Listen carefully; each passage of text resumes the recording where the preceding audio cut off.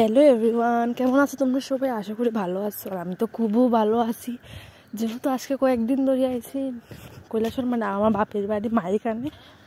তো মাইখানে আইসারে দেখো আমি রান্না বান্না করতেছি তো মাইখানে আমার কারণ হচ্ছে মা যেহেতু অসুস্থ, মানে কোনোবারে আমার রান্না করা লাগে না, মায়ের রান্না বান্না করিয়া খাওয়ায়।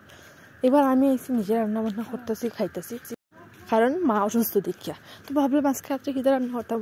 রোজ তো দুপুরবেলা তবুও মা রান্না করে, তো রোজই তো মা রান্না করে খাওয়ায়। তো ভাবতেছি কী রান্না করতাম এটার লেগে এখন মা মাংস আনছে দুপুরবেলা আর কি।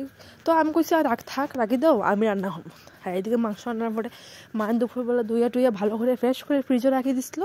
আর এখন দেখো আমি বার করছি করিয়া শরীরটা ভালো করে আরও সুন্দর পিস দেখতেছি। আমার কয়েকটা একদম হাড্ডি সারা পিস রাখবো ছেলের লেগে, যেটা তার স্যুপ বানাই খাওয়াইমু। এদিকে দেখো মেটে খারা ভালো খাওয়া জানে, আমার তো মেটে খাইতে খুবই ভালো লাগে।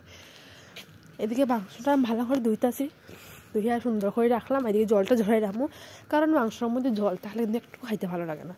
আর এদিকে আমি একটার পর একটা কাটতাছি। এদিকে পেঁয়াজ, রসুন, টমেটো, কাঁচামরিচ যা যা মাংসর লেগে লাগে সব কিছু লুইছি আর কি। আর এদিকে পেঁয়াজ কাটতাম কিন্তু আমার চোখে এত পরিমাণে জড়াইতেছে, মানে পেঁয়াজ কাটতামই পারি না আমি। এদিকে দেখো চোখ বন্ধ করে আমি কাটতাছি, এত পরিমাণে আমার চোখে জ্বলে পেঁয়াজ কাটলে। কারা এরকম আছো জানাই, অন্যকে দেখলে খুব কাঁদতাছি, কিন্তু কাঁদতাছি না, পেঁয়াজ কাটলে এরকম আমার চোখে জ্বলে। তো এইদিকে দেখো আস্তে আস্তে কিন্তু আমি কাটটা লাইতেছি, টমেটো টমেটো দিলে ভালো লাগে। তারপরে কিন্তু দেখো আস্তে আস্তে আমি সব কিছু কাটটা লাইতেছি, আস্তে আস্তে সব কিছু কাটিয়ে লিতেছি। তারপরে এদিকে আমার ভাতও হয়ে যেতেছে। ভাতটা আমরা বেশি মানে একদম নরম খাইতাম পারি না, একটু ঝরঝরা খাইতে লাগে।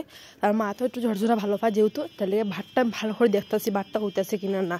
তো এদিকে আমার ভাতটা হওয়ানোর হতে গেছে। আর এদিকে আমি মাঠটা একটু নিজে লিতেছি।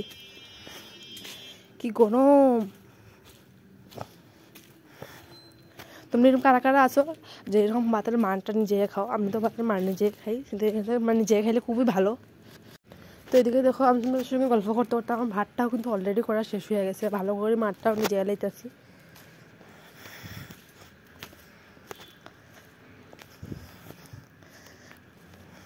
আর এদিকে দেখো অলরেডি সব কিছু কাইটা রেডি করে রেখে দিচ্ছি। এটি এখন একটু পেস্ট করে আনেমো, আর নাইলে একটু বাইটটা নেবো। এদিকে আলু ভাজতে বয়ে দিচ্ছি। মাংসের মধ্যে কিন্তু একটু আলু ভাজা করে দিলে কিন্তু মাংসটা হয়তো খুবই টেস্ট লাগে।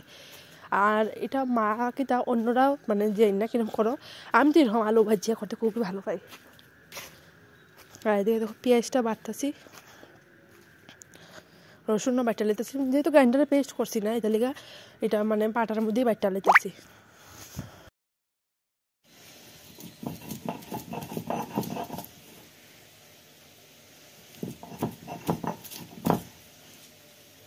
এদিকে দেখো তোমরা সঙ্গে গল্প করতে করতে কিন্তু আমার মশলা বাটাও শেষ। এদিকে আমি আলুটাও ভাজি নিয়েছি, মাংসের মধ্যে একটু আলুটা ভাজিয়ে দিব। আর আলুটা ভাজিয়ে সেরে দিব পেঁয়াজটা, আমি কিন্তু একটু কুচিয়ে রাখছিলাম পেঁয়াজটা, যেটা এটা ভাজতেছি। আমি মাংসটা একটু অন্যরকমভাবে করতে ভালো পাই। অনেকে আছে অনেক রকমভাবে রান্না করে, কিন্তু আমি আমার মতন রান্না করি। এদিকে পেঁয়াজ টেজ ভাজিয়ে মশলা একদম স্বাদ লাগিয়ে রান্না করবো। আর এদিকে মাংসটা আমি এমনভাবে রাখছি যাতে মাংসের জলটা একদম নিচে দিয়ে গড়িয়ে পড়ে। তো এত সময় যেরকম কথা কইছি হাঁপাই তোমরা ভাবছো এত মানে হাঁপাই কথা কইছি, অ্যাকচুয়ালি আমি হাঁটি বয়সটা দিতেছি। তো সে কেউ খারাপ পাইও না। তারপর দেখো আমি একটার পর একটা সব কিছু মশলা অলরেডি দিয়ে দিছি, কিন্তু হলুদও দিয়ে দিছি। তো এত পরিমাণে ঝাল খাই না আমরা, যার কারণে মরিচটা একটু কমাই দিছি। আর অনেকে আসো ঝাল খাও, ঝাল মরিচ মতন দেও, তো তোমরা বুঝিয়ে দিও, আমি আমার মতো আর অল্প করে দিতে। তো আজকের মতন টাটা, দেখা যাবো নেক্সট ব্লগে।